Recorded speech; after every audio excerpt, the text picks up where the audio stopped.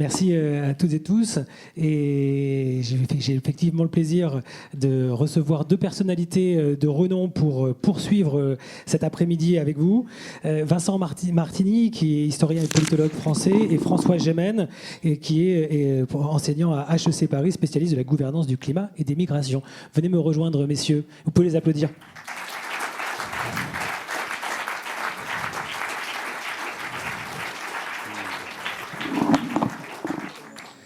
Allez, on se met là.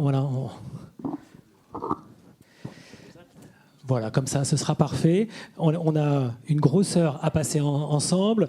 Donc, vous avez compris, j'ai le plaisir d'animer cet échange avec vous. Vous vous connaissez déjà tous les deux. Ça fait...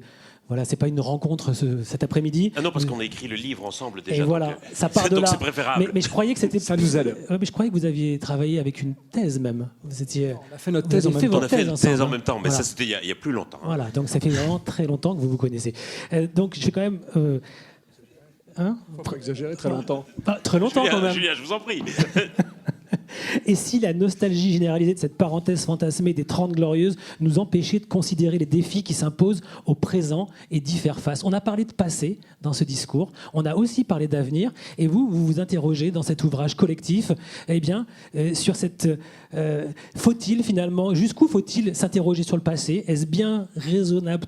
Est-ce qu'il ne faut pas peut-être considérer davantage le présent et surtout nous permettre d'aller voir le futur grâce à cela? Que cherchons-nous vraiment quand nous rêvons des 30 Glorieuses? Confort matériel, optimisme ou simple illusion d'un monde plus sûr? Que cherchons-nous dans ce récit nostalgique qui nous empêche de penser le présent? Derrière ces interrogations se pose en filigrane celle-ci: faut-il en finir avec le mythe des 30 Glorieuses? Je vais me tourner d'abord vers vous, Vincent Martini, puisque vous avez dirigé cet ouvrage collectif avec de nombreux auteurs, dont François Gemène, qui est à votre gauche.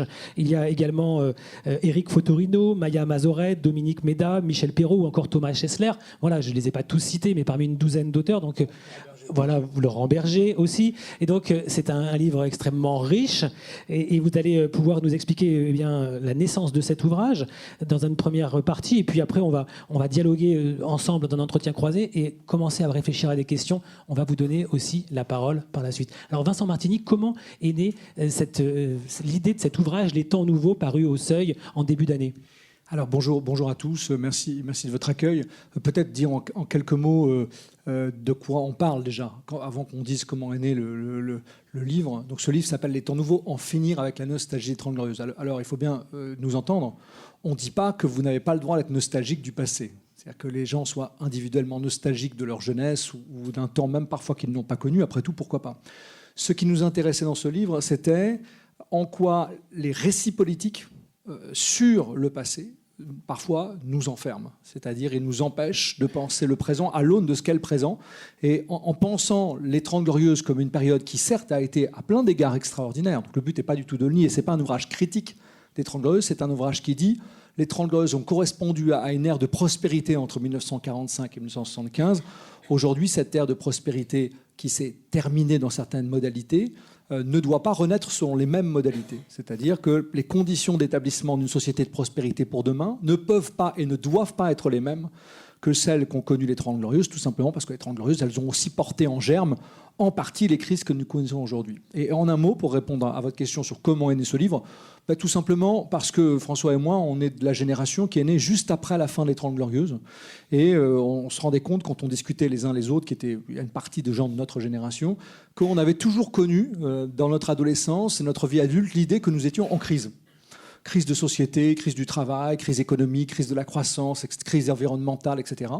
Et que, quand vous grandissez dans l'idée qu'il y a une crise, vous avez l'impression parfois, vous, que vous connu là-dedans, qu'il y a des éléments aussi nouveaux qui sont quand même pas complètement nuls ou inintéressants, et que cette crise, on a commencé à la penser en termes de mutation. Et lorsque le point de départ, juste pour l'anecdote de ce livre, c'est vraiment la conférence de presse d'Emmanuel Macron en janvier 2024, lors de laquelle Emmanuel Macron avait dit 15 jours avant la conférence de presse qu'il adorait la bagnole. Je le cite, que dans la conférence de presse, il a fait l'éloge de l'uniforme, il a dit que la France devait rester la France, là, citant les termes d'Éric Zemmour. Et j'ai eu un petit déclic de me dire, tiens, c'est marrant, parce que c'est vraiment un discours complètement imprégné des 30 Glorieuses, et dans ce qui me semblait, en partie en tout cas, ne pas aller. Et donc j'avais fait un commentaire pour un journal, et ce commentaire avait bien fonctionné, et donc j'ai eu cette idée de solliciter des gens que j'admirais, que j'estimais, pour pouvoir réfléchir ensemble à non seulement pourquoi hier c'était pas forcément mieux, mais surtout pourquoi il y a énormément de choses incroyables qui nous arrivent aujourd'hui. On vit une période de mutation absolument extraordinaire, même si elle nous inquiète, et qu'il faut en faire quelque chose. Il faut en faire quelque chose. Et vous, François Gemène, du coup, Vincent Martini vous a embarqué dans cette aventure collective.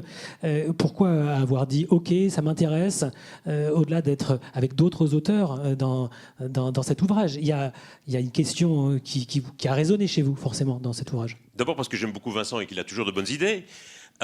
Mais aussi parce que, effectivement, quand on s'intéresse, comme je le fais, à la question environnementale et en particulier à la question climatique, j'étais frappé de deux choses. La première chose, c'est que le débat public aujourd'hui est quand même largement orienté autour de cette idée que c'était mieux avant. Et que donc il y a cette sorte de nostalgie des 30 Glorieuses ou ce fantasme selon lequel on vivait mieux avant. Et par ailleurs, les 30 Glorieuses, c'est aussi l'époque, d'un point de vue climatique, où les choses se sont accélérées, où les émissions de gaz à effet de serre ont explosé, et c'est largement cette époque qui explique la situation dans laquelle nous sommes aujourd'hui, et la raison pour laquelle les jeunes générations mettent souvent la génération des boomers au banc des accusés.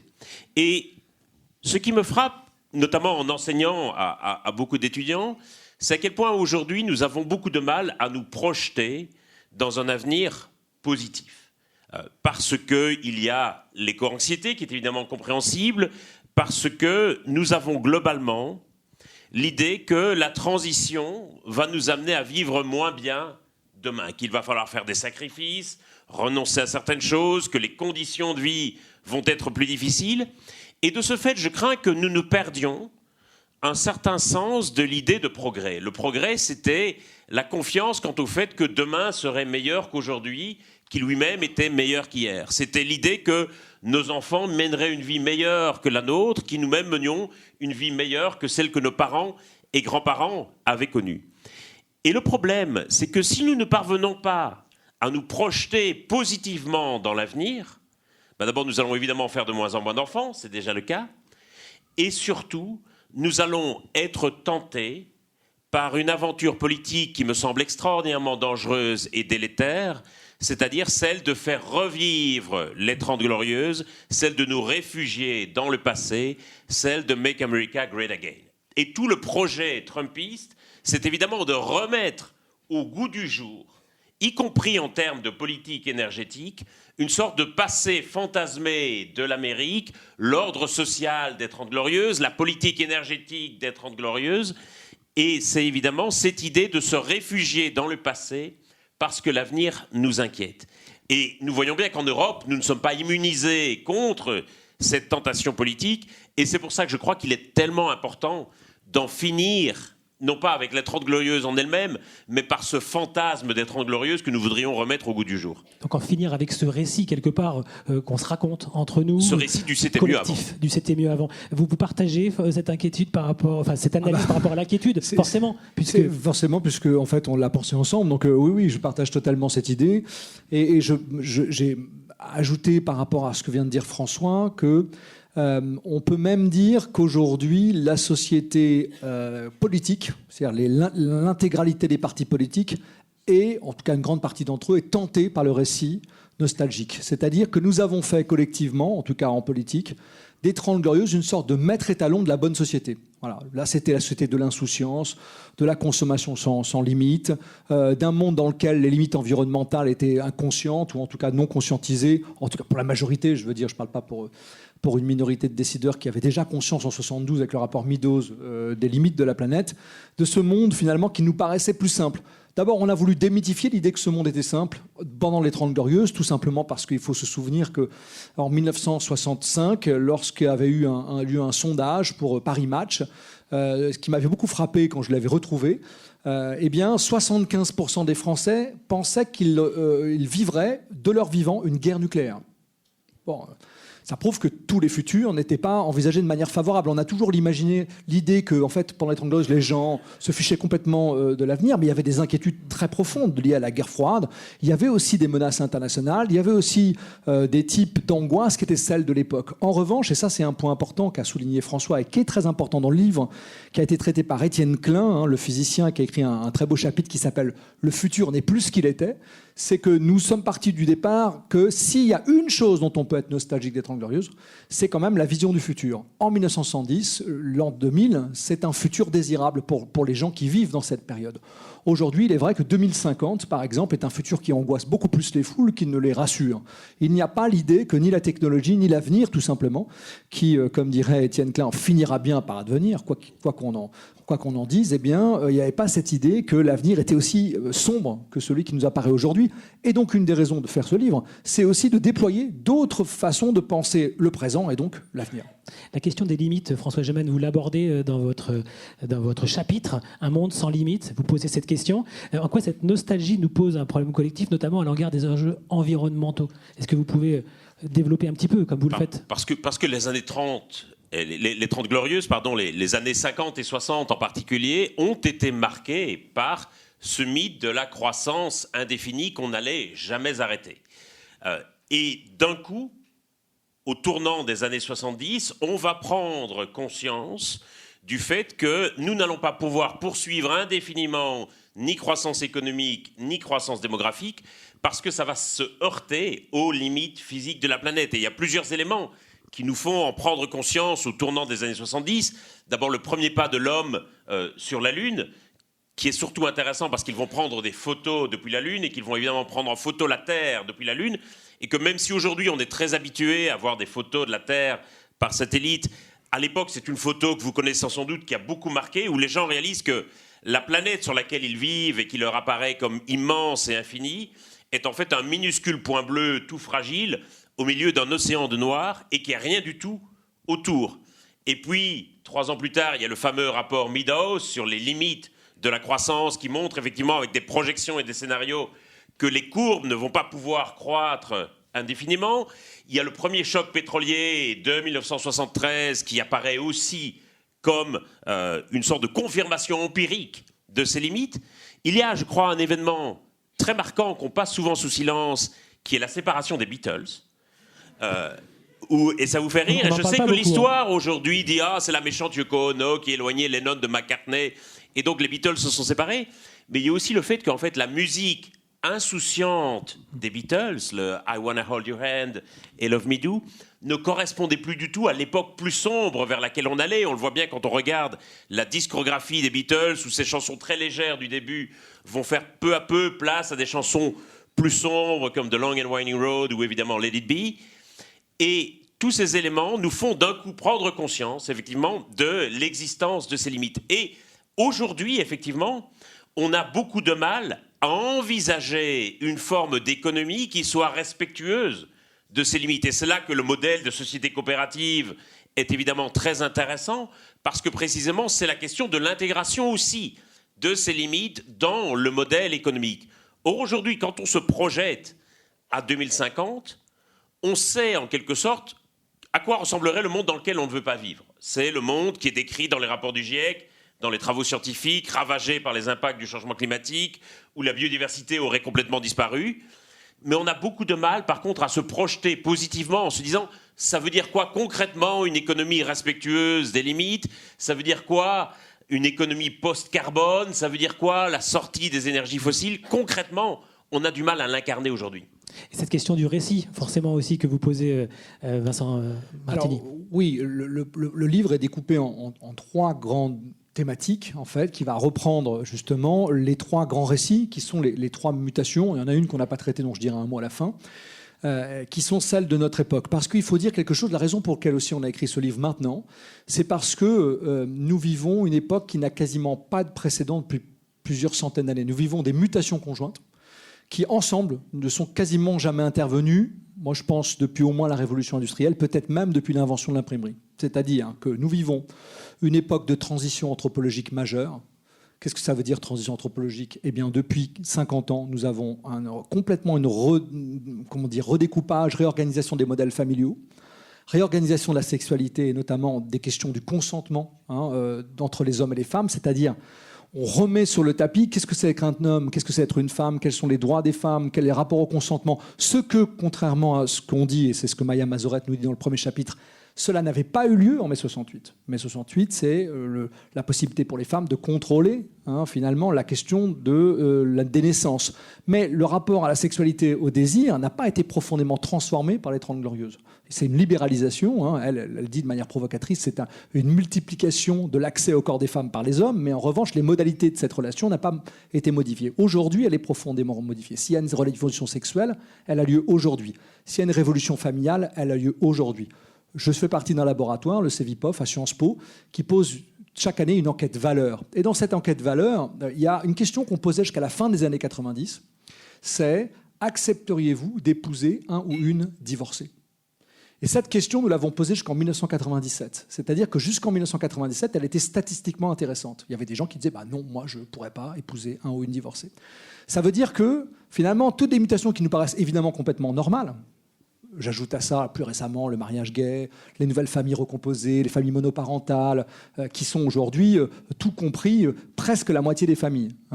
Eh bien, ce modèle familial, il a 30 ans, ce nouveau modèle familial qu'on est en train d'inventer. La révolution familiale, elle vient faire suite à 1 siècle et demi de famille nucléaire telle qu'elle avait été construite à la fin du 19e siècle. Donc on vit une révolution majeure qui va aussi avec l'accroissement du droit des femmes. Première révolution anthropologique. Deuxième révolution majeure, dont a parlé François, la révolution écologique et sociale. Cette mutation, cette révolution, elle est en cours. Vous savez, en politique publique, on dit qu'il y a plusieurs phases. La première phase, la plus importante, c'est la mise à l'agenda. Il faut qu'un problème soit conscientisé par les gens. Alors, François, qui travaille sur ce sujet depuis longtemps, va vous dire le rapport Midos, c'est la première tentative de mise à l'agenda, 1972. C'est-à-dire, il y a des gens qui disent on a un problème. On l'envoie à la Commission européenne. La Commission européenne dit on pourrait faire quelque chose. Les gouvernements disent on fait rien. Pourquoi ? Parce que c'est un processus d'élite. Et le commissaire européen va d'ailleurs démissionner parce qu'on va rien faire. Voilà. Donc, processus d'élite. Là, on est dans une phase qui est ouverte il y a une dizaine d'années peut-être, une quinzaine d'années tout au plus. C'est une nouvelle phase, c'est-à-dire la prise de conscience par les populations au niveau européen, voire au niveau mondial, des effets très concrets de cette transition climatique, ce dérèglement climatique dans la vie quotidienne. Donc évidemment, nous qui défendons une transition environnementale plus rapide, on se dit mais ça va pas assez vite. Mais il faut bien comprendre qu'il y a 10 ans, quand on faisait des enquêtes CEVIPOF sur les priorités des Français, l'environnement arrivait 9e, 10e. Aujourd'hui, il est toujours dans les 3 premiers sujets qui reviennent dans la bouche des citoyens qui vont voter. Ça ne veut pas dire que ça va assez vite, ça ne veut pas dire qu'on a trouvé les solutions, mais on progresse. C'est ça qu'on a essayé de raconter. Deuxième mutation énorme, notre monde est empli de limites, mais ça, je laisserai François développer. Troisième, évidemment, transition, c'est une transition culturelle. Par le fait des migrations internationales, par la crise de la démographie. Je rappelle qu'on est passé de 1,9 enfants par femme à 1,6 enfants par femme en France en 10 ans. Et on pense que la tendance va aller à la baisse. L'Italie va perdre 50% de sa population d'ici 2050, comme l'Allemagne. D'ici 2100, la Chine aura perdu 60% de sa population. Donc c'est quand même des effets de long terme qui sont irrattrapables. C'est-à-dire que ça est en train déjà de transformer le visage de nos sociétés. Donc ça veut dire quoi ? Ça veut dire que soit il y aura des apports migratoires, soit on va perdre une partie de la population européenne, pour parler que de notre continent. Ces effets, ils sont déjà en train d'arriver. C'est une autre transition qui veut dire aussi, parce qu'il y a des leviers migratoires dans plein de pays européens, que nos sociétés culturellement se transforment. On peut l'apprécier, pas l'apprécier. Il y a toujours, par rapport à ces 3 transitions, 3 mutations, il y a 2 attitudes. La première attitude, elle est de dire « mais non, moi je ne veux pas voir ça, je veux revenir à la société de 1970 ». Et l'autre qui dit quoi qu'on en dise, de toute manière, la politique ne peut pas agir sur aucune ou presque des transitions dont je viens de parler. Elle peut agir pour accélérer la transition environnementale, mais elle ne peut pas agir sur la transition anthropologique réellement, et certainement pas en vérité sur la transition culturelle, même si vous fermiez les frontières. Et la dernière transition, mais j'en dirai vraiment un mot très rapide pour ne pas monopoliser la parole, c'est la transition technologique, c'est-à-dire l'incroyable progression technologique que nous connaissons, qui là n'a pas de précédent depuis des centaines d'années, puisque nous sommes au tout début de ce que l'intelligence artificielle va faire pour transformer totalement notre monde, et nous en sommes vraiment même au début, même de la compréhension de ce qui va se passer dans les 5 ou 10 prochaines années. Un chiffre, d'ici 2030 c'est dans 5 ans, 80% de ce que nous lisons sur Internet sera généré par une IA.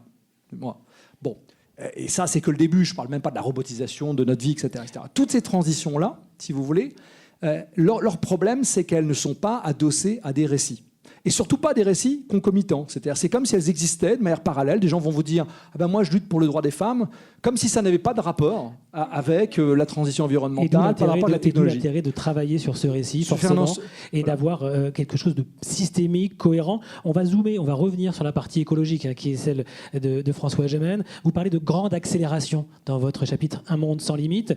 Vous faites référence à l'explosion de la courbe du CO2 hein, durant la période des 30 Glorieuses. Et cette grande accélération, elle, par ellipse, elle nous amène à questionner la génération des boomers.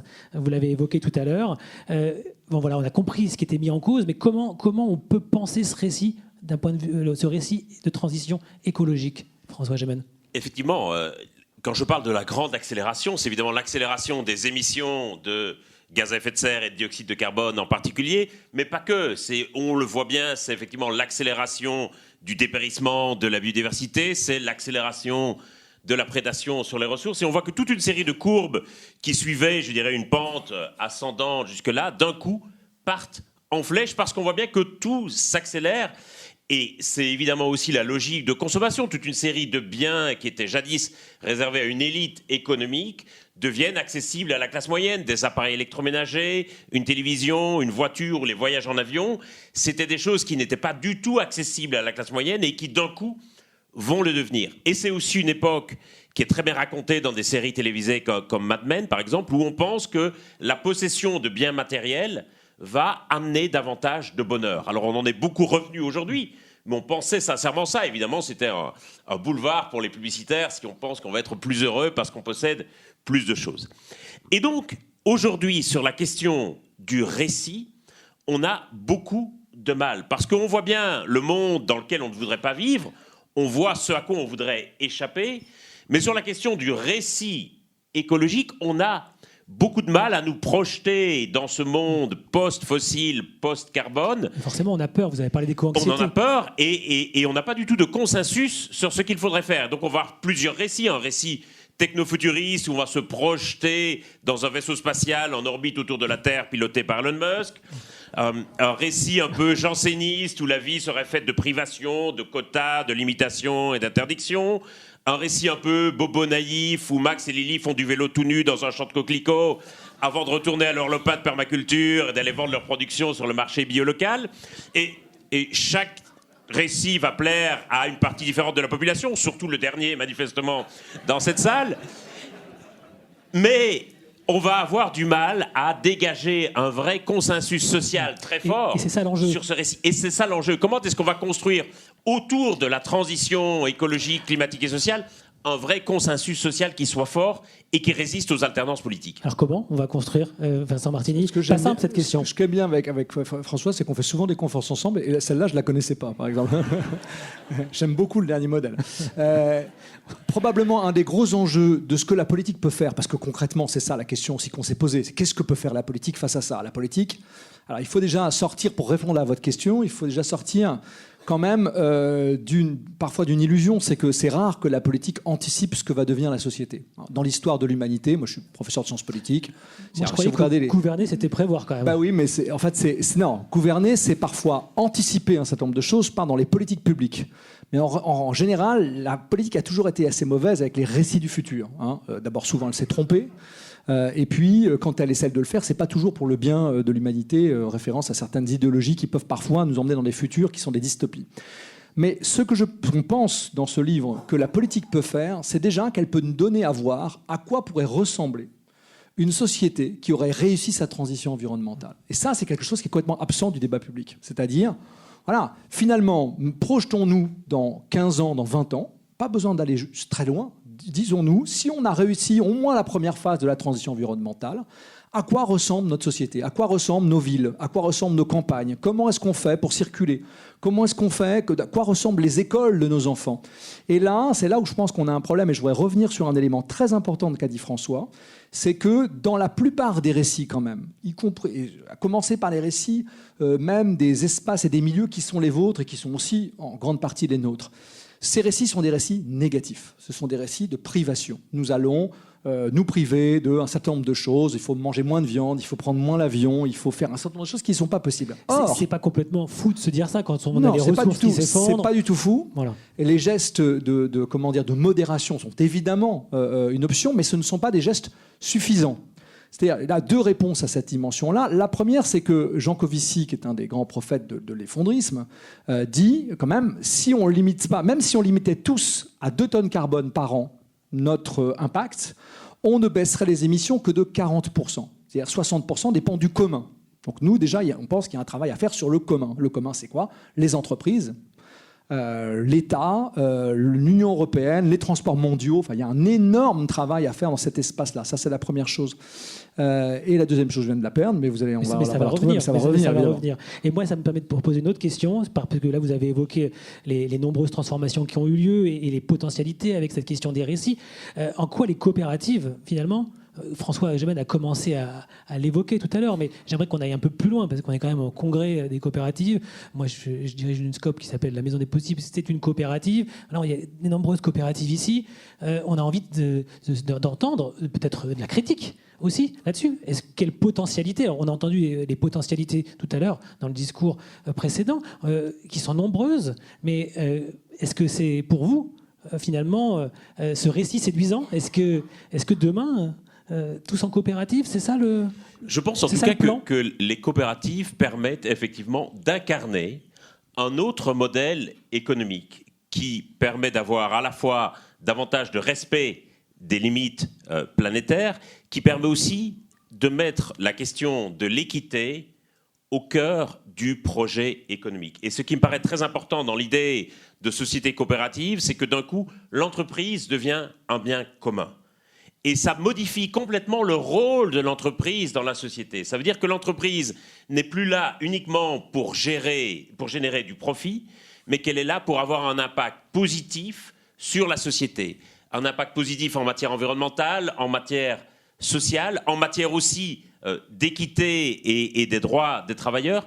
Et donc cette question de l'impact positif de l'entreprise dans la société, à mon avis, c'est la grande évolution du capitalisme vers laquelle il faut tendre. Alors il y a toute une série de signaux un peu faibles, par exemple lorsque la Commission européenne demande aux grandes entreprises de développer une comptabilité extra-financière. La CSRD leur demande de tenir une comptabilité également sur leur impact social et environnemental. Et l'idée qu'on puisse demain juger de la performance d'une entreprise, non seulement à l'aune de ses résultats financiers, de son bénéfice, de son chiffre d'affaires, mais également à l'aune de son impact environnemental et social, ça me semble être une évolution fondamentale du rôle de l'entreprise dans la société. Et il me semble, à ce titre, que les sociétés coopératives l'incarnent davantage qu'une autre et sont quelque part en avance sur cette évolution du rôle de l'entreprise dans la société qui est demandée aujourd'hui un peu de toutes parts. Est-ce que vous partagez ce... Oui, parfaitement d'accord avec cette idée, d'autant plus que, et je reviens au deuxième point que je voulais évoquer tout à l'heure, que j'avais oublié. J'étais sûr que ça vous reviendrait. Voilà, exactement. C'est que les coopératives et le monde de l'entreprise, à mon avis, c'est un monde témoin, c'est un monde absolument essentiel, parce qu'il permet de réconcilier l'idée de transition environnementale avec l'idée de prospérité. L'idée, il n'est pas de renoncer à la prospérité, il est de renoncer au type de prospérité qu'on a inventé dans les 30 Glorieuses. Vous savez, à la fin du livre, les 30 Glorieuses, la Révolution invisible, Jean Fourastier, qui est la personne qui a inventé cette expression, qui a écrit ce livre, c'était un haut commissaire au plan. Donc c'est quelqu'un qui connaît bien l'économie et donc qui raconte la progression de la société pendant 40 ans. Mais il dit quand même à la fin de ce livre qu'il y a quand même des choses qu'on a oubliées sur la route. Et les deux choses qu'il identifie, enfin parmi les autres, qui sont les oubliés des 30 Glorieuses. Le premier, parce que c'est son sujet, il est chrétien-démocrate, il dit c'est la spiritualité. C'est la spiritualité. Nos ancêtres étaient beaucoup plus pauvres, mouraient plus jeunes, mais ils chantaient dans les champs. C'est la formule qu'il utilise. Donc il y avait une sorte de joie, etc., qui était celle de la société, non pas pré-industrielle, mais pré-30 Glorieuses, beaucoup plus difficile, mais où il y a des formes d'espoir, d'un monde au-delà, etc., qui pouvaient survenir. Mais il y a aussi cette idée de projet collectif. Pour lui, les 30 Glorieuses étaient aussi une étape, un moment d'atomisation. Chacun dans son petit coin, chacun dans son silo, seul, isolé des autres, en fait, par la structure même de l'évolution du capitalisme et de la recherche du profit sans aucun autre horizon que celui-là. Et je crois que les coopératives, justement, parce qu'elles essayent de promouvoir un modèle collectif, elles rompent déjà avec ce problème des 30 Glorieuses qu'avait identifié Jean Fourastier, en introduisant l'idée, je crois, qui est fondamentale dans les récits qu'on essaye de mettre en œuvre, qu'une société de la transition environnementale ne sera pas seulement une société de la sobriété, elle devra l'être en partie, mais elle sera surtout celle d'une autre prospérité, celle qui doit aussi donner du plus dans la tête des gens. C'est-à-dire que le progrès, si vous voulez, dans l'histoire du progrès social, économique, culturel, c'est toujours plus de droits, plus de quelque chose, plus de ressources, plus de, une meilleure vie. L'idée, comme disait François tout à l'heure, que demain sera meilleur qu'aujourd'hui. Encore une fois, il y a plein de façons d'imaginer ce plus. Lorsque vous considérez, par exemple, dans une ville comme Paris, qui a beaucoup de défauts, mais là, qui depuis 10 ans a diminué par 2 sa pollution de l'air, vous vous dites, il y a quand même là un plus. Moi, je vis à Paris depuis 10 ans. Je peux vous dire qu'on voit la différence. Une pollution sonore, une pollution visuelle, une pollution de l'air. Il y a toute une série de choses qui fait que vous pourrez vivre mieux. De la même manière, et ça, je voudrais vraiment tordre le cou à une mythologie sur l'idée qu'on vivait mieux avant. Comme disait toujours, je le cite à chaque fois, et à nouveau Étienne Klein sur ce sujet, parce que je trouve qu'il a une phrase amusante. Il dit « Si je dois penser en 1955... pour, la fascination qu'exerçait Descartes dans les grands amphis de la Sorbonne, je suis un peu nostalgique, ou même dans le grand public.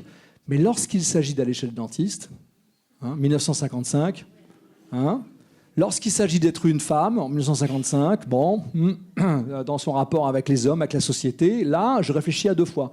C'est-à-dire que nous avons encore beaucoup de progrès à faire pour des sociétés dans lesquelles il vaut mieux, le dentiste sera peut-être encore mieux qu'aujourd'hui, on l'espère, probablement d'ailleurs, dans lequel l'intelligence artificielle va nous faire accomplir un certain nombre de progrès fondamentaux en termes de médecine. Il y a plein de formes de prospérité qui ne passent pas par uniquement une croissance des biens de consommation et par l'idée d'une consommation effrénée. Nous vivons beaucoup mieux, beaucoup mieux, beaucoup plus longtemps, beaucoup plus vieux, en meilleure santé qu'il y a 50 ans.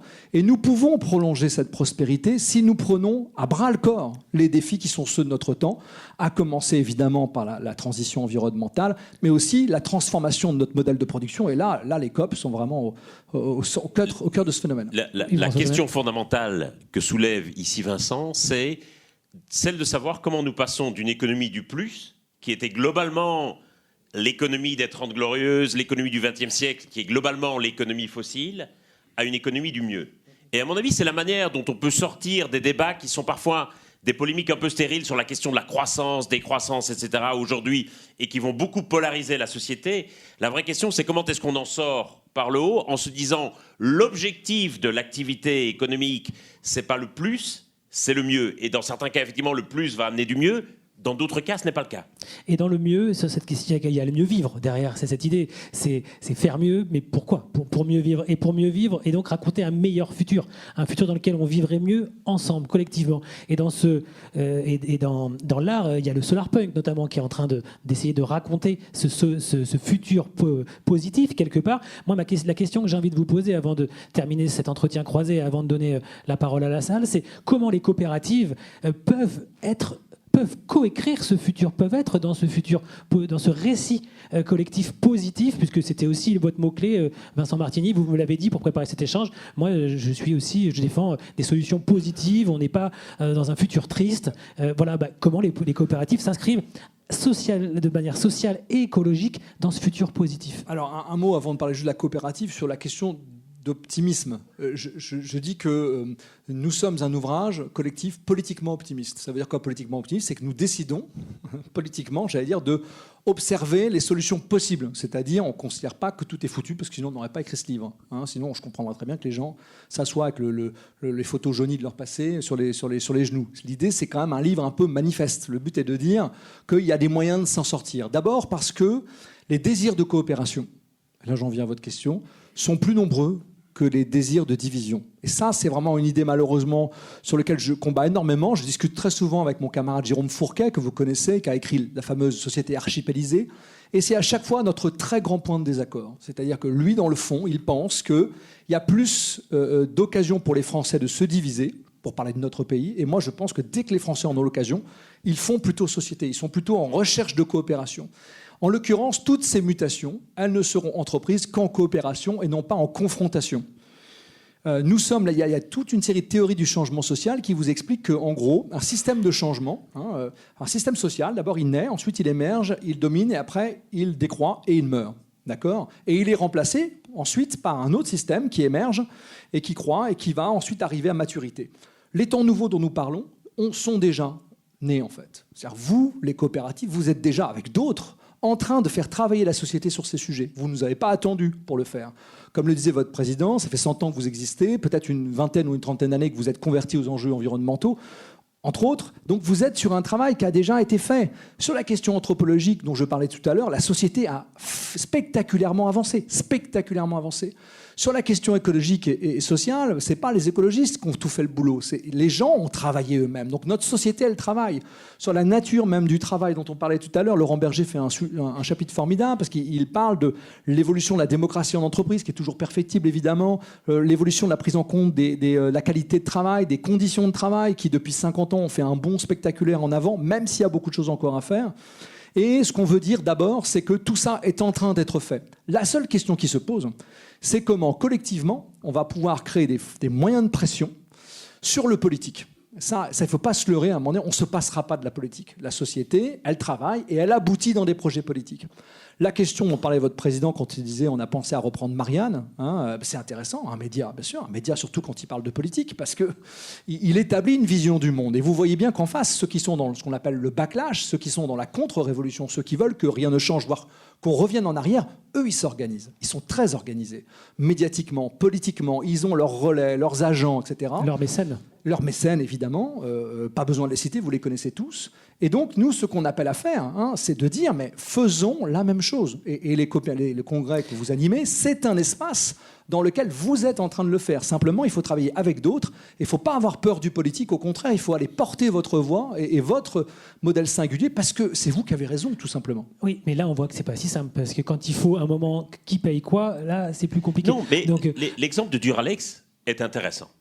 Parce que, c'est évidemment une entreprise qui est très connue des Français, mais à l'occasion de ses difficultés économiques et de sa réorganisation, beaucoup de Français, en fait, ont découvert le modèle d'organisation coopérative d'une entreprise. Et ce qui se passe, c'est que lorsqu'on va faire appel au marché, en gros, c'est-à-dire aux Français, on se rend compte qu'ils lèvent très facilement 5, 20 millions d'euros parce que beaucoup de gens ont envie de faire partie de l'aventure de cette entreprise.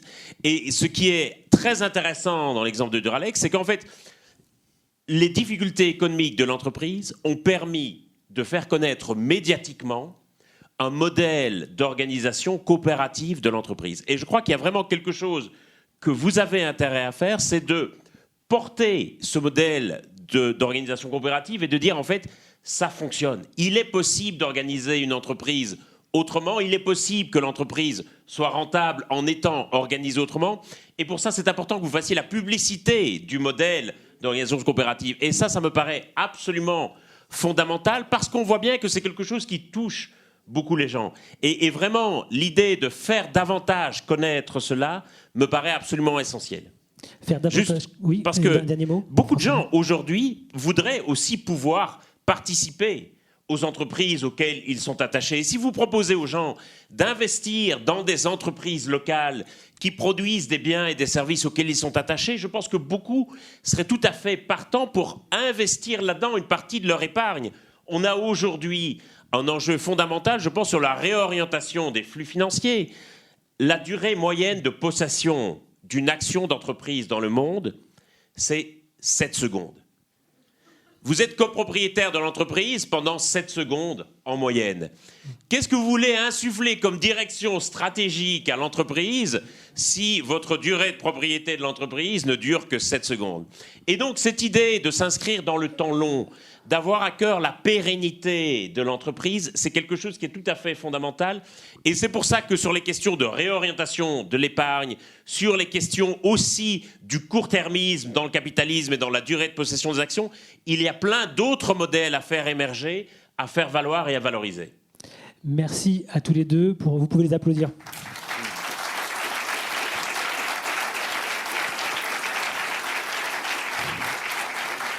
On vous l'a fait en version courte, mais on peut aussi la faire en version longue. Mais sauf que François Gemène doit partir dans une vingtaine Dans de une minutes. petite demi-heure. Une petite demi-heure, et que ce serait bien qu'on ait vos questions aussi, puisque forcément, cet échange a suscité des interrogations chez vous. Je vous propose de lever la main, et puis on va vous passer un micro. Franck, peut-être Vincent, pouvez-vous partager avec François ? Je voulais dire justement, par rapport confirmer ce que tu dis, que les gens s'engagent. Moi, je l'ai très bien vu dans les petites épiceries rurales où tout le monde, tout le village est au cœur de leur action et de leur coopération. C'est juste un petit témoignage que je voulais ajouter parce que c'est très juste. Merci Franck. Allez, et d'autres questions dans la salle ? Oui, ici. Oui, merci à tous les trois. Moi, j'avais une question concernant la résilience des entreprises. Parce que bon, vous avez un discours qui est politiquement positif. C'est celui que vous avez choisi.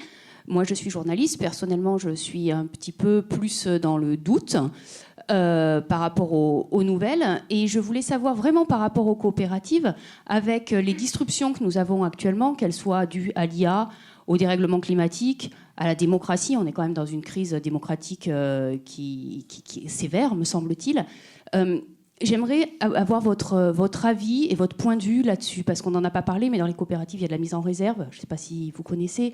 Il y a une répartition du capital qui est souvent beaucoup plus importante, en plus de coopérateurs, si vous voulez. Il n'y a pas qu'un actionnaire principal. Et moi, me semble-t-il, en ce temps de crise, c'est absolument nécessaire d'avoir cette résilience. Et j'aurais voulu avoir votre avis, alors à l'un ou à l'autre ou aux deux là-dessus par rapport à nos modèles économiques.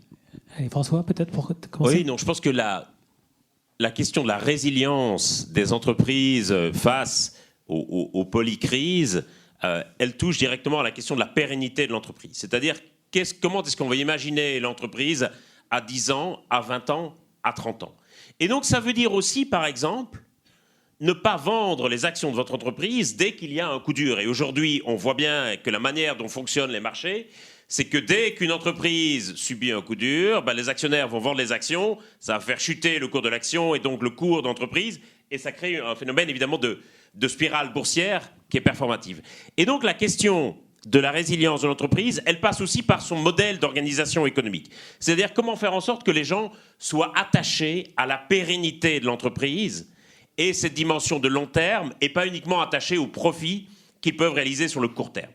Et puis alors, il y a des actions aussi qui touchent à la question de l'adaptation aux impacts du changement climatique. Comment est-ce que l'entreprise va envisager les risques auxquels elle va être confrontée, non seulement les risques pris individuellement, mais également dans leurs interactions.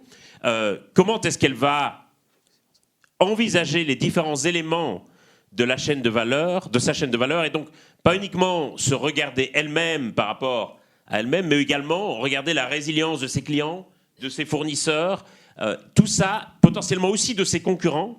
Et ça, c'était un élément qui me paraît tout à fait important dans la manière dont on va envisager la résilience de l'entreprise, en tout cas par rapport aux impacts du changement climatique. Vincent Martini, pour compléter. Peut-être rajouter, alors je vais répondre un peu entre guillemets à côté parce que je ne suis pas un spécialiste à ce point-là, mais en revanche, je voudrais renvoyer au chapitre du livre qu'a écrit Laurent Berger sur le travail. Et il disait que les deux grandes thématiques auxquelles il avait été confronté, les trois thématiques auxquelles il était confronté comme syndicaliste à la CFDT, à la rencontre du monde du travail, il disait que c'était trois éléments centraux. Le premier, là c'est un peu à côté mais c'est important quand même de le dire, c'est à quel point le travail était pour beaucoup de gens un accomplissement, ce qui est aussi une transition par rapport à il y a une cinquantaine d'années dans lequel on travaillait parce qu'il fallait survivre, et on est quand même dans un monde dans lequel on travaille pour vivre évidemment, et une grande partie de nos concitoyens des classes les plus populaires travaillent aussi encore pour survivre, mais il y a une partie croissante du nombre de gens pour qui le travail c'est avant tout un accomplissement. Deuxième chose, il parlait des conditions de travail, c'est-à-dire la manière dont on répartit, vous savez, son temps libre et son temps professionnel, avec un désir très fort, notamment par le télétravail, d'une interaction entre les deux. Et là, j'en viens au troisième élément qui touche votre question, qui était le plus important pour les travailleurs auxquels il a été confronté, c'était de dire dans quelle mesure nous pesons sur les décisions qui sont prises en interne de l'entreprise. Est-ce que nous en sommes actionnaires ou pas? C'est une forme de puzzle. Il y a une forme de démocratie en entreprise qui ne passe pas forcément par la propriété. Et je me rappelle une conversation qu'on a vue avec François sur le nombre de grandes entreprises qui souhaitent, ou d'entreprises qui souhaitent créer des chaires de développement durable ou des chaires environnementales. Et je me rappelle que tu m'avais dit cette phrase, tu t'en souviens sûrement. J'avais dit, mais pourquoi elles veulent le faire? Est-ce que c'est du greenwashing? Elle dit, bah oui, il y a toujours un risque. Évidemment, il y a des enjeux d'image, mais il y a des enjeux aussi bêtes que, face à leurs salariés, notamment les jeunes, ils ne veulent pas perdre des jeunes talents qui vont dire, moi, si vous faites rien pour l'environnement, je ne viens pas chez vous. Voilà. Parce que moi, j'ai 30 ans, je suis issu de l'école polytechnique ou de l'école d'ingénieur, je le dis parce que je suis professeur à l'école polytechnique, donc je peux vous dire que c'est un effet massif chez les jeunes X. C'est si vous êtes dans une entreprise qui ne fait rien pour l'environnement, qui ne fait rien pour l'égalité homme-femme, je ne viens pas chez vous. Et je m'en fiche que vous me donniez un 0 de plus sur ma feuille de paye, parce que de toute manière, je suis issu des grandes écoles d'ingénieurs, du travail, j'en trouverai. Vous voyez, donc il y a toute une série d'une jeune génération qui cherche aussi à la fois à peser dans le monde de l'entreprise, et que cette entreprise n'est pas qu'un effet d'image, mais un véritable engagement sur un certain nombre de thématiques qui, pour les générations, pas seulement la Gen Z, mais aussi jusqu'à la nôtre, celle des cadres, eh bien, fassent quelque chose. Donc c'est pas seulement qu'une question d'intérêt. Je comprends que vous soyez dans le doute, vous avez raison, parce qu'il y a plein de raisons de douter dans le monde dans lequel on est. Et il y a des méchants, il n'y a qu'à voir l'installation de Chine au BHV hier, bon, les débats qui traversent cette question qui peut vraiment nous écœurer légitimement, enfin si on s'intéresse à la question de la préservation environnementale, des droits humains et des droits du travail. Mais pour autant, justement, c'est intéressant de voir qu'un modèle comme le modèle de Chine, ok, sur le moment, ça marche du tonnerre parce que dans les espaces dans lesquels il n'y a pas de régulation, bah, ils ont toute l'attitude pour agir. Mais dès qu'on agit avec de la régulation, bah, quand même, le monde de l'entreprise doit s'adapter aux régulations qui sont faites contre elles lorsqu'elles existent. Donc là, c'est là où c'est un éloge d'une forme de régulation également. Allez, on va prendre une autre question. Oui, au milieu peut-être. Oui, merci. Je voudrais écouter attentivement. Je ne connaissais pas votre livre, mais je vais le lire parce que je pense que c'est intéressant. Et je vous remercie d'être venu nous en parler. Il me semble que vous nous avez tenté de nous expliquer comment ou par quel chemin il était possible de retrouver, d'une part, un sentiment de bonheur, bonheur au travail, bonheur dans sa société, bonheur dans son environnement proche, et aussi un sentiment de confiance. Confiance dans la vie et aussi confiance dans l'avenir. Et singulièrement, ces deux mots-là, vous ne les avez pas prononcés dans la demi-heure ou les trois quarts d'heure dans lesquels vous venez de prendre la parole. Et donc, ça m'intéresserait d'avoir votre opinion sur le sujet. Pourquoi vous préconisez une idée et que vous n'en utilisez pas les mots ? C'était pour la version longue, c'est pour ça on a fait la version courte. Et la question de la confiance. Évidemment, la question de la confiance, elle est très importante. Moi, j'ai beaucoup travaillé sur la confiance en politique, par exemple. Et je donne un exemple qui est très intéressant, c'est qu'il y a une enquête du CEVIPOF qui s'appelle le baromètre de la confiance politique, qui sort tous les ans depuis maintenant 20 ou 30 ans, où on interroge un très grand nombre, un très grand panel de Français, très représentatif. C'est pas un sondage, c'est beaucoup plus que ça, c'est traité par des scientifiques. Qu'est-ce qu'on constate ? On constate sur la question de la confiance, si on demande aux gens, avez-vous confiance dans votre famille ? Oui, 95%. Vos voisins et vos amis ? Oui, 88%. Les gens que vous rencontrez pour la première fois, alors vous baissez un peu, mais vous êtes à 70%. Les gens que vous rencontrez pour la première fois qui ne sont pas la même religion que vous. Bon. Encore, on baisse, mais on est encore à une majorité. D'accord ? Et cette question de la confiance, elle est globalement, elle s'applique à l'ensemble des institutions du modèle social français. Les gens ont confiance dans les hôpitaux, dans la sécurité sociale, dans les écoles, dans la police, dans l'armée. La seule politique publique dans laquelle ils n'ont pas confiance, c'est la justice. Bon, ça c'est un sujet annexe, c'est pas le sujet de notre débat d'aujourd'hui. Donc, on est une société, et ça c'est paradoxal, qui a confiance dans les institutions qui réunit les Français. D'accord ? Mais lorsqu'on pose la question différemment et qu'on dit « Pensez-vous que dans la société française, on puisse faire confiance à n'importe qui ?» Et bien là, le résultat s'inverse. À 80%, les gens disent « Non, on ne peut pas faire confiance. » Et lorsqu'on les interroge sur quels sont les objets de défiance majoritaires, le président de la République, le Parlement, les partis et même les syndicats qui ont remonté dans la confiance mais qui restent assez bas, les réseaux sociaux, etc. C'est-à-dire toutes les structures qui pourraient accélérer ce collectif ou qui pourraient organiser ce collectif, là, font l'objet d'une défiance. Donc je dirais que quand on dit qu'on est dans une société de défiance, c'est à la fois vrai et pas vrai. Oui, c'est vrai, nous sommes défiants vis-à-vis des institutions politiques qui nous encadrent, mais nous avons profondément confiance dans la société qui est autour de nous. Et c'est un peu pareil pour le bonheur, c'est-à-dire il y a des enquêtes, vous savez, les grandes enquêtes PISA sur le bonheur, les 50 pays les plus heureux. Alors bon, c'est intéressant parce que quand on demande aux gens, en France par exemple, est-ce que vous êtes heureux ? Les gens disent oui, globalement je suis heureux. Les gens à immense majorité disent qu'ils sont globalement heureux dans leur vie. Encore aujourd'hui, là, récemment? Aujourd'hui. Okay. Ouais. Non, ça m'étonnait, c'est pour ça.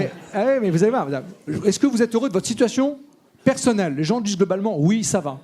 Est-ce que vous pensez que demain, ça ira mieux? Ah non, 95%, ça va être horrible. Donc on n'est pas une société malheureuse, on est une société pessimiste. Alors, c'est intéressant, vous regardez la liste des 50 pays, les plus optimistes, c'est le Pakistan, l'Inde, le Nigeria. Et là, d'un coup, on arrête de vous croire. Non, parce que comme c'est grave maintenant, demain, ça peut qu'aller mieux. Si vous ajoutez la dimension religieuse, évidemment, vous avez l'avenir que demain ira mieux. C'est intéressant que le 49e, c'est la France, le 50e, c'est l'Italie. C'est-à-dire des pays où, a priori, on vit parmi le mieux dans le monde en termes de mode de vie. Mais ça montre bien, encore une fois, que confiance les uns dans les autres et dans les institutions qui nous réunissent, oui. Confiance dans les institutions politiques, non. Sentiment de bonheur, oui. Sentiment d'optimisme, non. François Gemène, peut-être sur la question de la confiance aussi appliquée à la transition écologique, quand même. D'abord, moi, je suis certain d'avoir utilisé ce terme. C'est que vous n'avez pas bien écouté. Non, la question... On réécoutera l'enregistrement, quand même. Pour non, je pense qu'il y a une vraie question aussi... performative. Et ce qui me frappe, c'est qu'on garde confiance dans les autres, dans les institutions. Mais la question, c'est est-ce que la société a confiance en elle-même quant au fait de réussir l'avenir, en quelque sorte. Et cette question de la confiance en nous-mêmes, elle me paraît tout à fait frappante. Moi, j'étais très frappé de voir qu'à l'entame des Jeux Olympiques, il y a 1 an et demi, personne n'avait confiance quant au fait que ça allait être une réussite. Tout le monde pensait que ça allait être une catastrophe, que la France était incapable d'organiser ce genre de manifestation, etc. On n'avait pas du tout confiance quant à notre capacité de réussir cet événement. Et c'est vrai, pour les Jeux Olympiques, c'est un peu anecdotique, mais c'est vrai aussi singulièrement pour le moment sur la question de la transition écologique. On est, je dirais, autant, quand on regarde des sondages à l'international, la plupart des pays voient la transition climatique, écologique comme un projet d'avenir dans lequel ils ont confiance, qui va créer de nouveaux emplois, qui va réorienter ces industries. Tout à fait. Alors qu'en France, nous sommes convaincus que nous n'allons pas réussir la transition écologique et qu'aujourd'hui, on a vraiment une partie importante du discours, y compris dans les mouvements écologistes, qui est convaincu et veut convaincre les autres que nous allons échouer. En même temps, François Gemène, quand on organise les Jeux Olympiques d'hiver prochainement, forcément, quand on connaît les indicateurs comme vous, quand on voit ce qu'on prépare les Jeux Olympiques, compliqué d'avoir confiance. On se dit, c'est pas très cohérent. Les Jeux Olympiques d'hiver de 2030. Oui. D'abord, c'est pas demain. La question, c'est de se dire, est-ce qu'on veut continuer à organiser des Jeux d'hiver ou pas? Et si on continue à organiser des Jeux d'hiver, sincèrement, je préfère qu'ils soient organisés dans des stations de sport d'hiver qui existent déjà, c'est mieux qu'à Dubaï, plutôt que de les organiser en Corée du Sud ou à Pékin, où on va devoir créer ex nihilo des stations de sport d'hiver. L'autre élément, c'est que je me dis, il faut aussi, je crois, pouvoir réfléchir ensemble à la manière dont on va projeter le modèle économique des stations de basse et de moyenne montagne qui, demain, ne vont plus pouvoir, je dirais, faire les sports d'hiver comme aujourd'hui parce qu'il va y avoir des problèmes d'enneigement, parce qu'on ne va pas pouvoir recourir massivement à de la neige artificielle. Et donc, maintenant que les Jeux Olympiques ont été attribués aux Alpes, je dis, essayons de voir comment on peut utiliser ces Jeux Olympiques pour réfléchir et pour projeter un autre modèle économique des stations de basse et de moyenne altitude qui ne dépendent pas uniquement du ski ou des sports d'hiver. Et donc, moi, une proposition que j'avais faite, on va voir s'ils la retiennent, c'était de dire transformons ce qui est aujourd'hui des Jeux d'hiver en Jeux de la montagne. Et est-ce que ça ne serait pas intéressant de placer la montagne comme élément central de ces Jeux, de manière à développer aussi d'autres sports et d'autres activités de loisirs dans les stations de basse et de moyenne montagne qui ne soient pas du ski ou liées à la neige? Et là, il y a peut-être justement des propositions coopératives sur cette belle idée, en tout cas qui me paraît plus cohérente. En effet, une question ici. Oui, bonjour. Pareil que monsieur, je découvre votre travail, ça me paraît formidable. C'est un bain d'optimisme très nécessaire aujourd'hui. Mais je voudrais savoir, déjà vos propos, ce que vous proposez, on peut le lire, on peut le comprendre dans un contexte français, et dans quelle mesure vous le comprenez aussi, on peut l'élargir à un contexte européen et mondial, et dans le rapport des pays du Nord et du Sud, parce que finalement on est interdépendants en tant qu'économie. Et je demande le cas particulier de l'ESCOP où je travaille, qui est une SCOP du commerce de détail, la Biocoop, et qui se prétend d'exercer un commerce le plus juste, équitable et très strict, justement. Mais on continue à voir, par exemple, on a du sucre, on a du café, Et des questions que je me pose, mais même s'il y a une traçabilité des produits, etc. Et quel est notre rapport, le rapport même de force des pays du Nord versus les pays du Sud? Voilà, comment on peut extrapoler vos propos au niveau plus, à une échelle plus mondiale? Voilà, merci. Allez, qui se lance? François Gemène. Je pense qu'on a un contexte géopolitique qui est aujourd'hui à la fois extraordinairement difficile, mais aussi extraordinairement intéressant. C'est-à-dire que toute une série d'alliances et je dirais de catégories autour desquelles s'est organisé et le commerce international et plus globalement l'ordre international sont en train de voler en éclats complètement. Notamment le concept d'Occident a complètement éclaté en plein vol. Et par ailleurs, des pays qu'on qualifiait jadis de pays émergents, aujourd'hui sont des économies qui sont quasiment des économies industrielles. Et donc la grande question, à mon avis, qu'il faut se poser d'un point de vue géopolitique pour l'Europe, c'est quel type d'alliance est-ce qu'on va nouer aussi avec la Chine, avec l'Inde, avec le Brésil, l'Afrique du Sud, le Mexique, l'Indonésie, et demain avec le Nigeria, avec le Kenya ou avec d'autres pays qui aujourd'hui sont moins avancés. Et il me semble que les cartes sont complètement rebattues. Et ce qui est intéressant, je crois, dans l'articulation des questions géopolitiques avec les questions environnementales, c'est que les questions environnementales, le changement climatique en particulier, nous poussent à penser la gouvernance de la Terre dans une perspective cosmopolitique qui dépasse à la fois les frontières de génération, qui dépasse aussi évidemment les frontières géographiques. Et je crois qu'aujourd'hui, un vrai problème qu'on a, c'est qu'on a encore une organisation du monde qui est une organisation internationale, littéralement entre nations, entre gouvernements, et que l'enjeu, à mon sens, c'est de passer une organisation planétaire du monde. Comment est-ce qu'on fait pour, en quelque sorte, permettre que les rapports ne soient pas uniquement des rapports entre gouvernements, mais aussi des rapports directement, par exemple, entre une coopérative comme la vôtre et les producteurs qui vont produire du café, du chocolat ou du sucre, entre municipalités, entre entreprises et organisations de la société civile. Et là, je pense qu'il y a un champ totalement nouveau qui s'ouvre à nous. Je prends l'exemple de la COP30 qui s'ouvre la semaine prochaine au Brésil, à Belém, et qui est évidemment, encore une fois, une négociation internationale.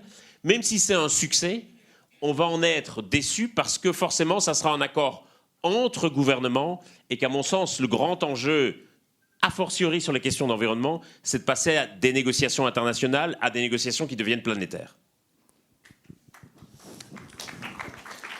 Vincent Martini, vous voulez compléter ?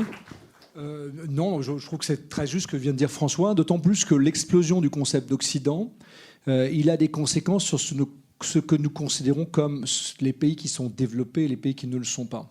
C'est-à-dire que nous sommes dans une situation complètement paradoxale dans laquelle la première puissance mondiale est en train de tourner le dos pour l'instant à la transition environnementale, ce sont les États-Unis, alors qu'un pays avec lequel nous avons peu de points communs sur le plan politique, c'est moins de le dire, qu'est la Chine, est sur le point, si ce n'est déjà, la première puissance écologique mondiale, même si elle est aussi la première puissance d'émissions. C'est-à-dire si vous regardez les émissions chinoises, elles continuent de progresser parce que dans le registre de l'économie chinoise, elles montent à un plafond, mais elles vont ensuite décroître à partir des années 2040-2050.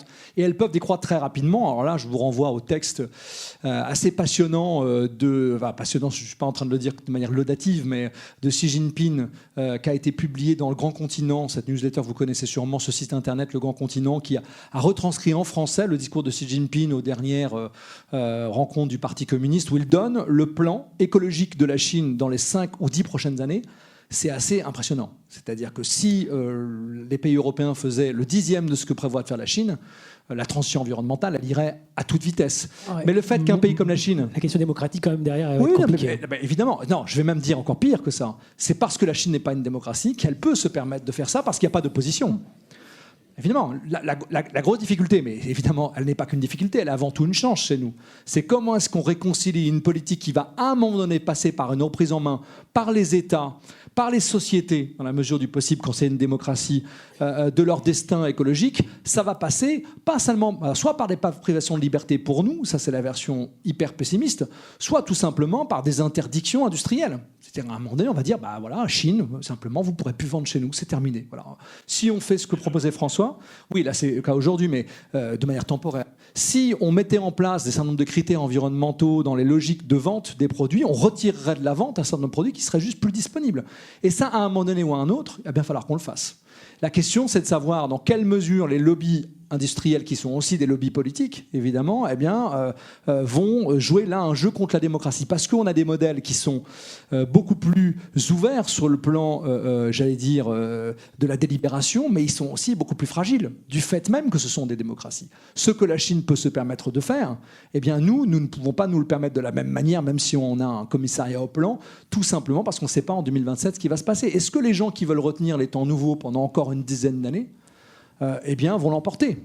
C'est là où on est tous renvoyés à notre responsabilité politique les uns et les autres, et notre responsabilité d'entraînement des autres. C'est-à-dire que finalement, ce que nous racontons avec François depuis maintenant 1 heure et qui répond à vos questions, ces temps nouveaux, ils vont advenir. On n'est pas en train de vous dire « Ah, peut-être un jour ». Ça va arriver. Ce que nous décrivons, sous une forme ou sur une autre, va arriver. La question, c'est dans combien de temps?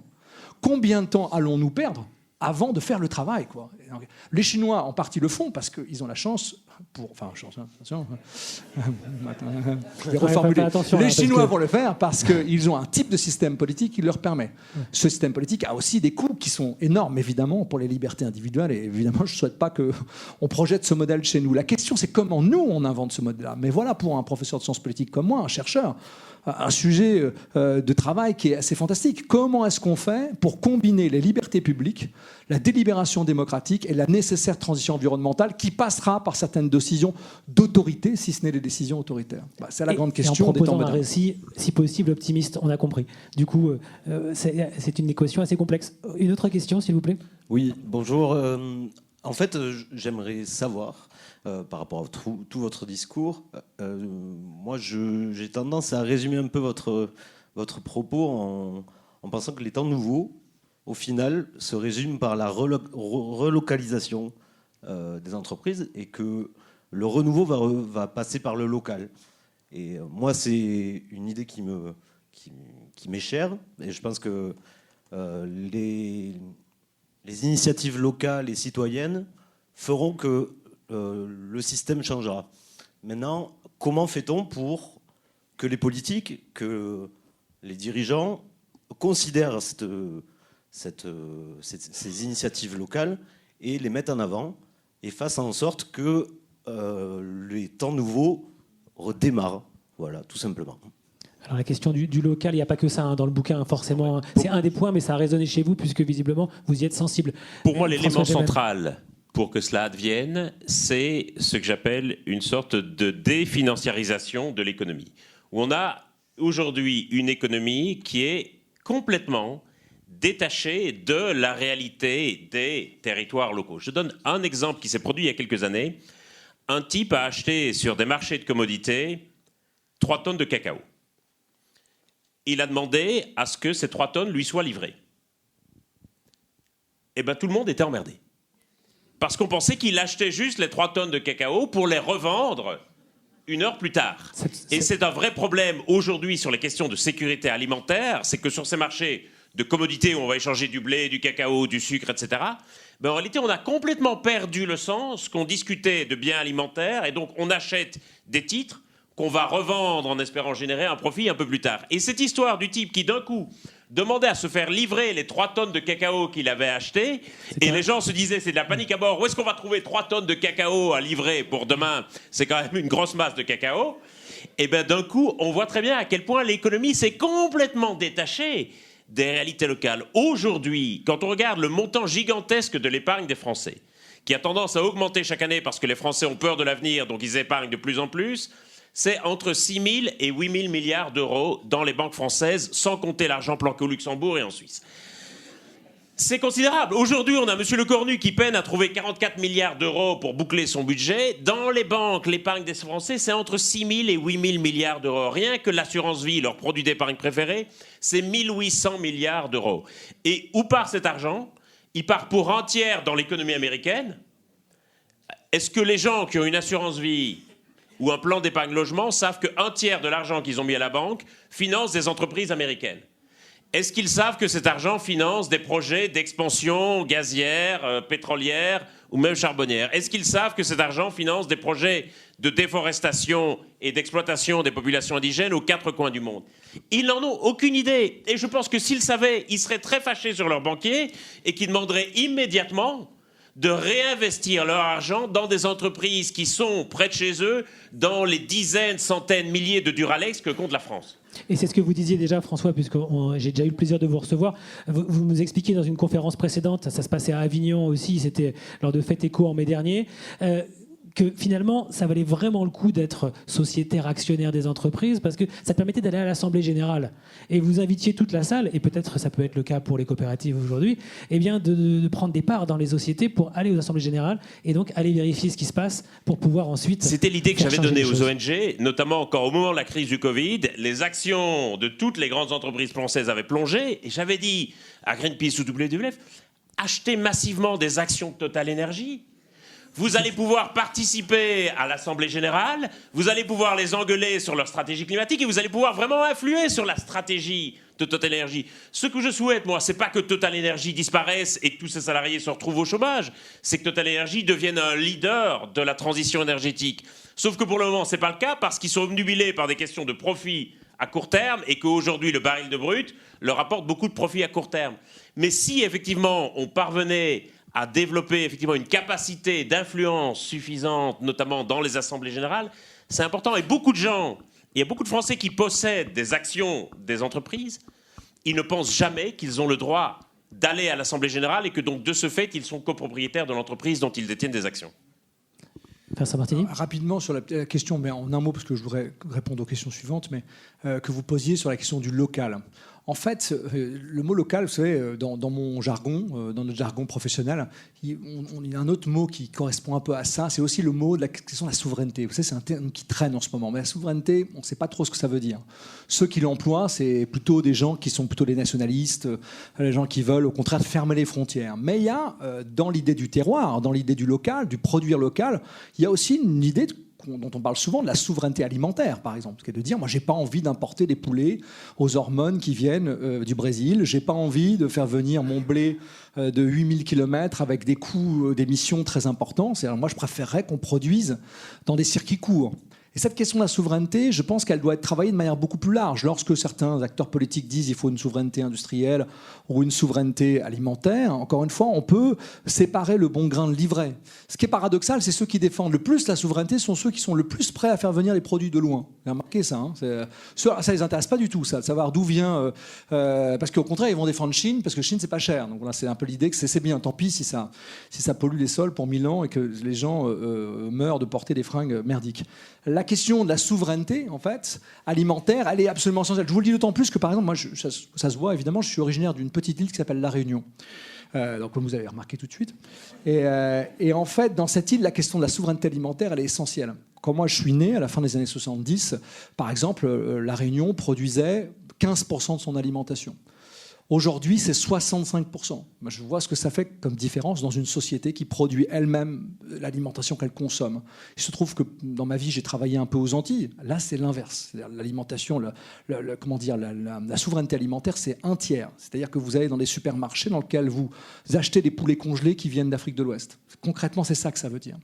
Donc la question de la souveraineté, j'y suis moi très sensible. Je pense que c'est ce terme qu'on devrait employer. Il y a un livre en préparation d'un haut fonctionnaire qui s'appelle Sébastien Soriano et qui essaye de réfléchir à l'idée de souveraineté comme une idée ouverte, une souveraineté, qui serait synonyme de liberté, qui serait synonyme, pourquoi pas, d'Europe. Et qui ne serait pas cet enfermement dans le souverainisme, de la même manière qu'il y a le patriotisme et le nationalisme.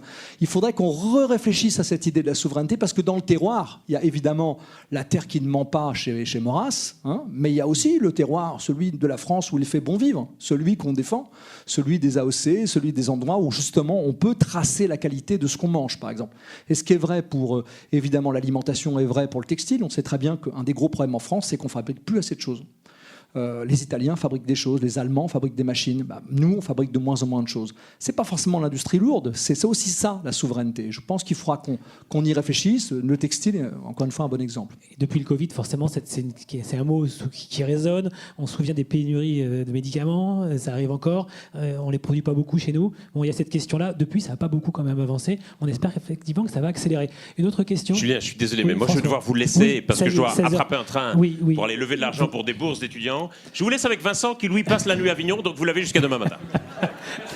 Merci François Gemène.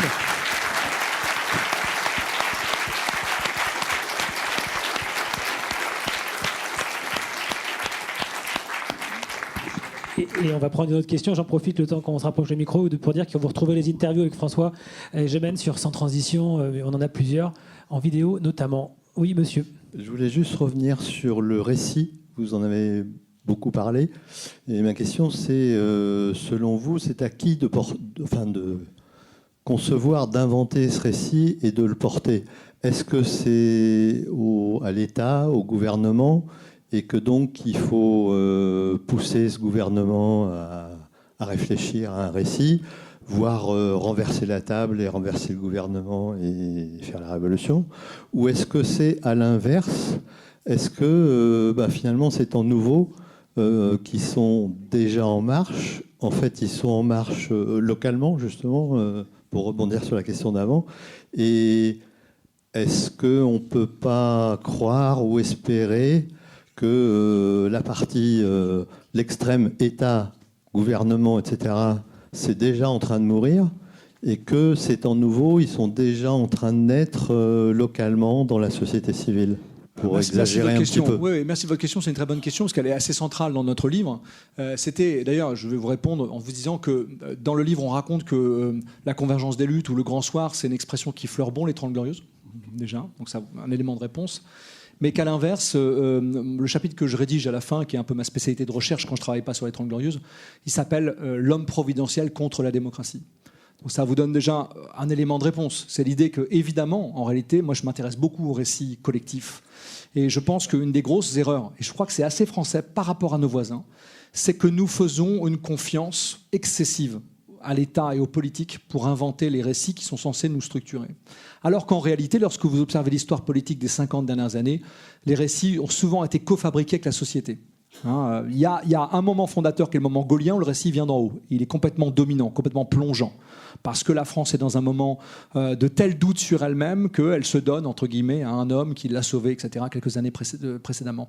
Je pense qu'il faut plutôt s'inspirer de la période des années 70. Alors là on est dans les 30 Glorieuses, mais plutôt dans des récits d'autogestion, etc., dont il ne faut pas garder, je crois, le côté libertarien, c'est-à-dire l'idée qu'on n'a pas besoin de la politique, on n'a pas besoin de l'État, on peut s'organiser entre nous. Ça, je pense que c'est un peu une illusion dont on voit les limites avec les géants de la tech. Vous savez que la tech, l'origine de la contre-culture de la tech, c'est les hippies. Au départ, vous savez, la tech en Californie, ça je vous apprends peut-être quelque chose que vous saviez déjà, c'est que dans les années 60, ce qu'on appelle le mouvement hippie, qui est le mouvement libertarien, va se séparer en deux. Un mouvement qui va vivre dans des huttes avec des cheveux longs et qui va mourir finalement dans l'opposition à la guerre du Vietnam et les répressions qui vont s'en suivre. Et un autre mouvement qui va dire on n'a pas besoin de l'État. On n'a pas besoin de l'État, nous on va créer des structures entrepreneuriales qui vont permettre de créer des contre-sociétés. Et donc Steve Jobs, Bill Gates, ils sont complètement nés dans cette idée-là. C'est-à-dire ils sont de cette génération-là, ils vont grandir un peu comme des hippies dans les années 60, et à un moment ils vont prendre l'autre tournant du libertarianisme en disant on n'a pas besoin de l'État, nous on va créer des empires et on va s'organiser entre nous. Au départ, ça donne Mac, qui est plutôt une boîte au départ assez sympa, dans l'idée qu'on fait un contre-modèle. Vous vous rappelez peut-être la pub la plus connue de Mac, c'était pour que 1984 ne ressemble pas à 1984. C'était l'année, donc 84, la sortie du nouveau Macintosh, l'idée d'un monde en couleur qui s'oppose au récit de l'État. Et qu'est-ce que devient Macintosh? L'empire du mal, quoi. Vous savez comment ils les appellent, Macintosh, à Silicon Valley, moi j'y suis allé il y a 2 ans, ils les appellent Dark Vador. Pour eux, c'est vraiment le Jedi qui est passé de l'autre côté.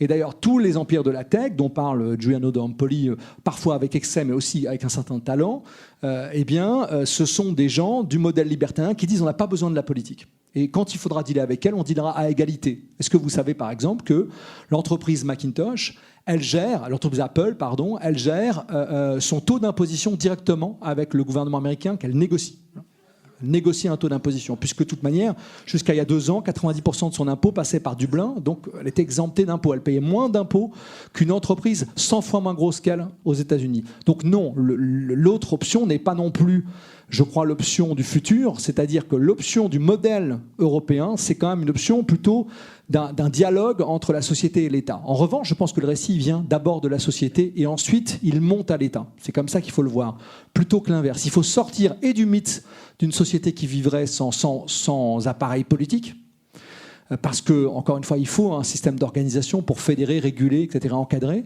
Et de l'autre, il faut sortir du mythe de l'homme providentiel et d'une apparatus politique qui dominerait complètement le système et qui nous déresponsabilise. C'est pas de notre faute, c'est Macron. Bon. Ce récit, il est tentant, évidemment. Moi, je le comprends. Je fais partie des gens, vous n'avez qu'à lire ce que j'écris. Je ne suis pas un grand turiféraire du président actuel et de sa pratique du pouvoir.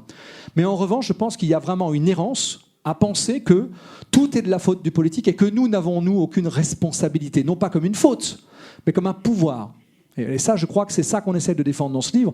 Nous avons le pouvoir, collectivement, de changer les choses. Et à ce titre-là, on n'est pas seul. Tout seul, on n'y arrivera pas. Mais ensemble, et en poussant, évidemment, dans l'espace public ces idées-là, c'est là où ces idées prennent et finissent par être emparées par des acteurs politiques. Et ce sera le mot de la fin. Merci Vincent Martini. On peut l'applaudir.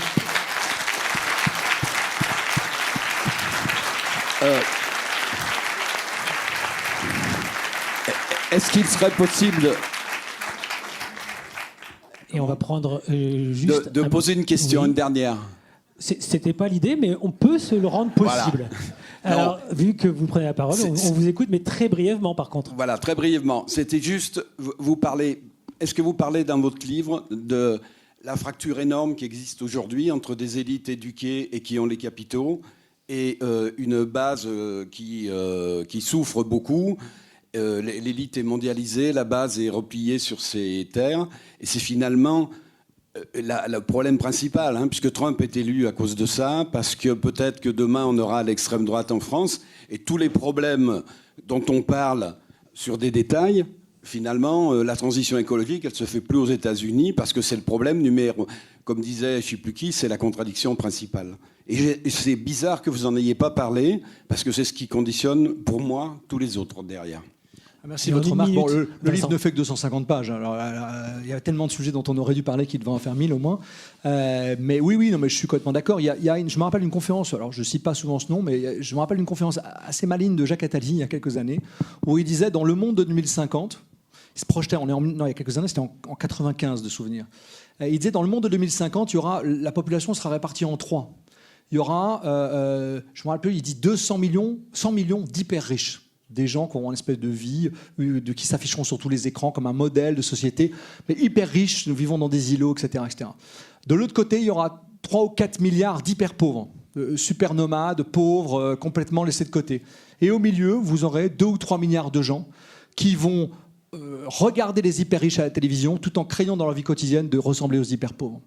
Donc évidemment, ce que vous dites, c'est exactement ça. Évidemment, et la démocratie est attaquée des deux côtés, attaquée par les pauvres qui se disent, du moment qu'il y a des démagogues, qu'on y profite, et puis les riches qui se disent, ouh là là, la démocratie, on va perdre si on continue comme ça, donc il faut... Alors, vous avez et accessoirement, dans les scopes, que ce soit qu'on soit polytechnicien ou qu'on soit ouvrier, on a une voix. C'est des sociétés de solidarité sociale.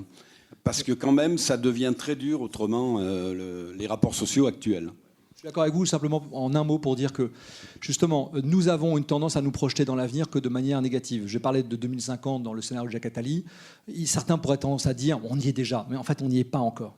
Ça, c'est vraiment, il faut se dire ça. Pour observer la société française assez attentivement et puis essayer de circuler avec ce livre et d'autres, il y a encore un centre névralgique dans la société qui n'est pas encore totalement dans l'hyper-pauvreté et qui n'est pas dans l'hyper-richesse. Donc c'est cette force-là, motrice de la société, qui doit s'emparer de ces problématiques pour en faire autre chose et faire en sorte que 2050 ne soit pas 1984. Ça, ce serait pas mal, effectivement. Et on va poursuivre avec des dédicaces avec Vincent Martini. Applaudissez-le une dernière fois, s'il vous plaît.